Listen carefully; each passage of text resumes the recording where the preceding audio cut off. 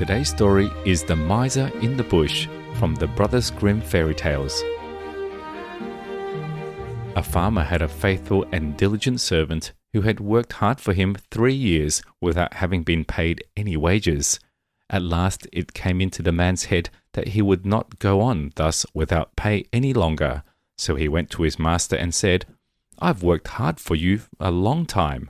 I would trust you to give me what I deserve to have for my trouble." The farmer was a sad miser and knew that his man was very simple-hearted, so he took out 3 and gave him for every year's service a penny. The poor fellow thought it was a great deal of money to have, and said to himself, "Why should I work hard and live here on bad fare any longer?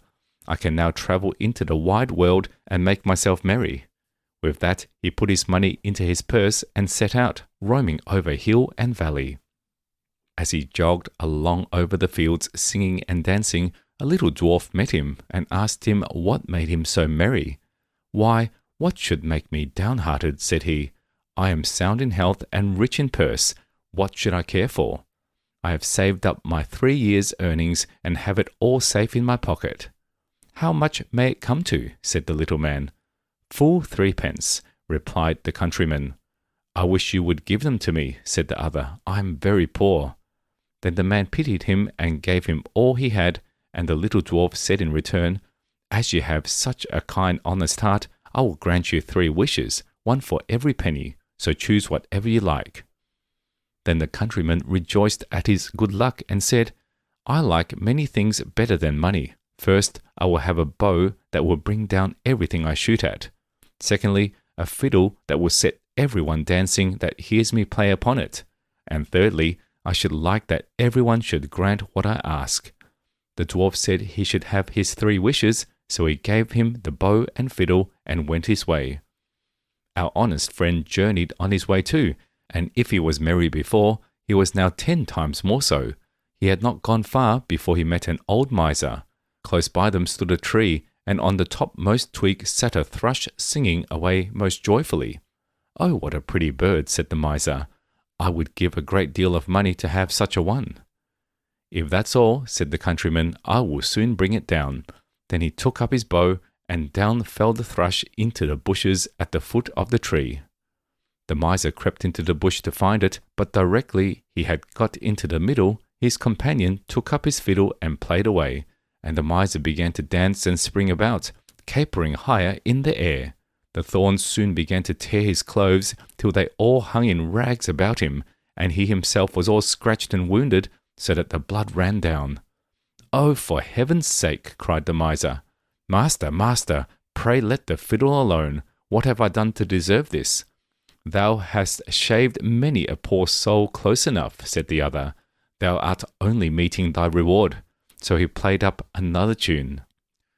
Then the miser began to beg and promise, and offered money for his liberty, but he did not come up to the musician's price for some time, and he danced him along brisker and brisker, and the miser bid higher and higher, till at last he offered a round 100 of florins that he had in his purse, and had just gained by cheating some poor fellow.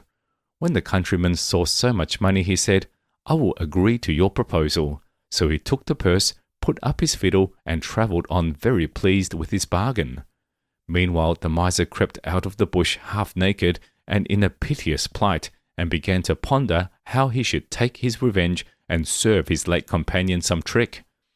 At last he went to the judge and complained that a rascal had robbed him of his money and beaten him into the bargain, and that the fellow who did it carried a bow at his back and a fiddle hung around his neck. Then the judge sent out his officers to bring up the accused wherever they should find him, and he was soon caught and brought up to be tried. The miser began to tell his tale, and said he had been robbed of his money. "No, you gave it to me for playing a tune to you," said the countryman. But the judge told him that was not likely, and cut the matter short by ordering him off to the gallows. So away he was taken, but as he stood on the steps he said, "My lord judge, grant me one last request." "Anything but thy life," replied the other. "No," said he, "I do not ask for my life, only to let me play upon my fiddle for the last time." The miser cried out, "Oh, no, no, for heaven's sake, don't listen to him, don't listen to him. But the judge said, "It is only this once, he will soon have done."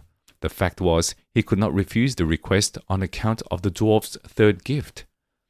Then the miser said, bind me fast, for pity's sake." But the countryman seized his fiddle and struck up a tune, and at the first note, judge, clerks, and jailer were in motion.